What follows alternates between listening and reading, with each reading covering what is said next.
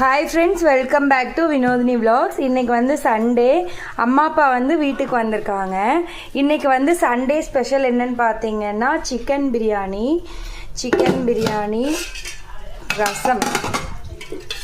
ரசம், white rice, அப்புறம் பார்த்தீங்கன்னா மீன் குழம்பு பாருங்கள், மீன் குழம்பு. அப்புறம் வந்து பார்த்தீங்கன்னா சிக்கன் சில்லியும், அப்புறம் பார்த்தீங்கன்னா ஃபிஷ் வந்து ஃப்ரை பண்ணிகிட்ருக்குறேன். இன்றைக்கி எங்கள் வீட்டில் சண்டே ஸ்பெஷல் இது தான். உங்கள் வீட்டில் என்னன்னு சொல்லி கமெண்ட் பண்ணுங்கள்.